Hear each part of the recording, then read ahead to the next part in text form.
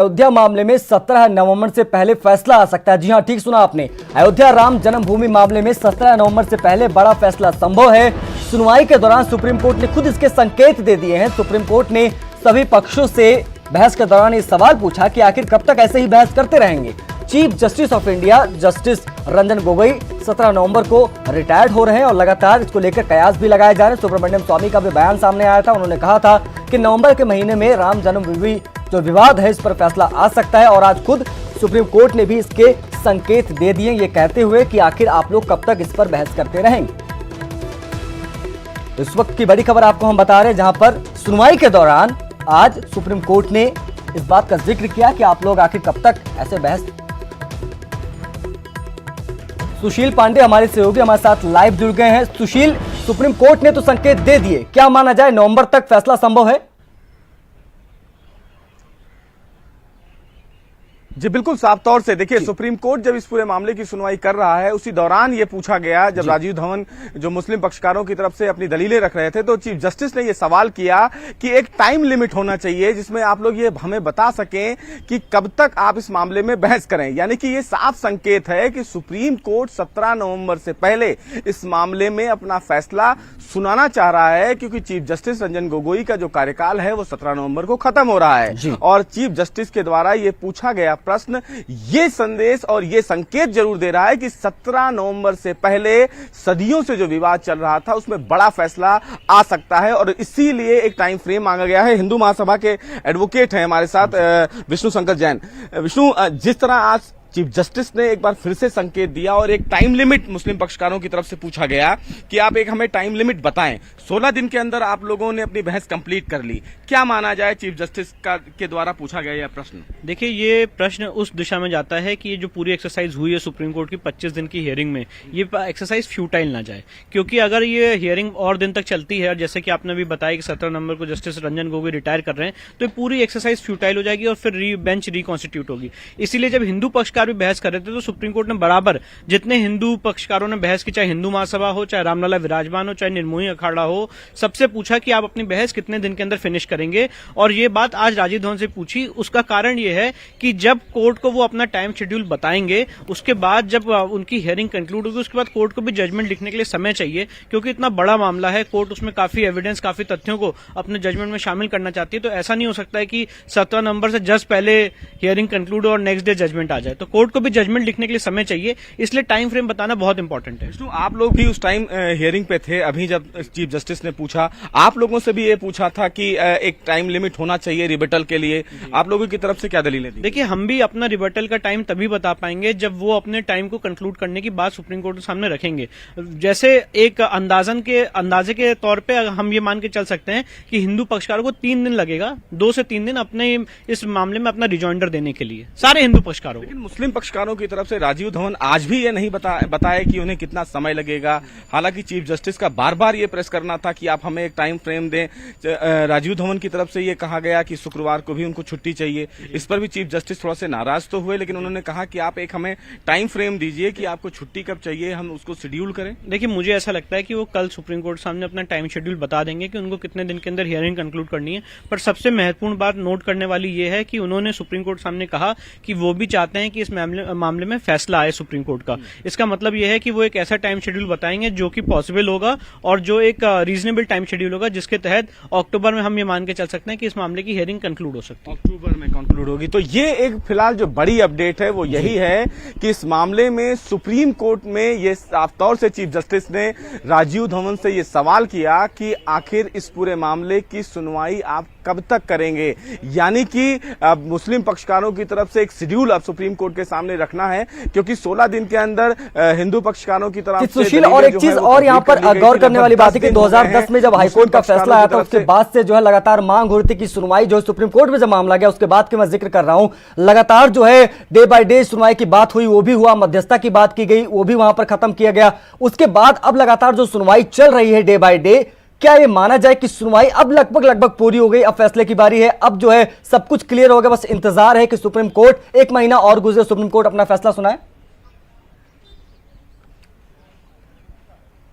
जी बिल्कुल साफ है, आपका सवाल एकदम जी। सही है कि सुप्रीम कोर्ट जिस तरह इस पूरे मामले की फास्ट ट्रैक सुनवाई कर रहा है, जी। यानी कि एक भी दिन इस पूरे मामले को नहीं टाला जा रहा है, और अगर टाला जा रहा है तो दूसरे पक्ष को सुना जा रहा है।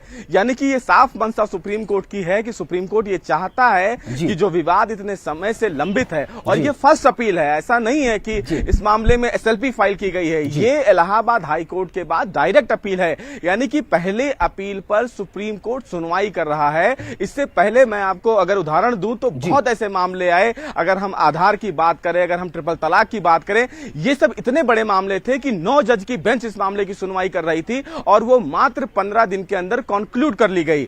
अयोध्या का जो ये पूरा मामला है, इस पर भी चीफ जस्टिस ने सभी पक्षकारों से ये कहा है कि आप एक टाइम फ्रेम सेट करें और हमें ये बताएं कि आप अपने पक्ष को कितने दिन के भीतर कंक्लूड कर लेंगे, क्योंकि इस पूरे मामले में जो फैसला लिखना है उसमें भी समय तमाम जो जजों को है वो लग सकता है। और इसीलिए चीफ जस्टिस ने यह मंशा जाहिर की है तमाम पक्षकारों से, और खासकर मुस्लिम पक्षकारों से, कि वो एक टाइम फ्रेम बताएं ताकि वो ये जान सके कि कौन से पक्षकार कितने दिन के अंदर फिलहाल अपनी जो दलीलें हैं वो कंक्लूड करेंगे। उम्मीद ये है कि राजीव धवन कल कोर्ट को ये बता सकते हैं कि वो कितने दिन और लेंगे सुन्नी सेंट्रल वक्फ बोर्ड की तरफ से अपनी दलीलें रखने के लिए, क्योंकि अभी तमाम जो पक्षकार हैं वो अपनी दलीलों को रखना उनका बाकी है, यानी कि सूट नंबर 5 अभी अपनी दलीलें रखेंगे। जी सुशील, बिल्कुल आप बने रहिए हमारे साथ सत्येंद्र दास मुख्य पुजारी रामलला के इस वक्त हमारे साथ फोन लाइन पर जुड़ गए हैं।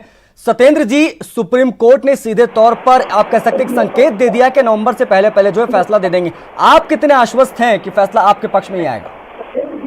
देखिए, सही बात तो यह है कि हाई कोर्ट ने सब कुछ निर्णय कर चुका है। हाई कोर्ट के बाद हाई कोर्ट ने 3 भाग में जो बांटा उसको लोगों ने स्वीकार नहीं किया, सुप्रीम कोर्ट चले गए।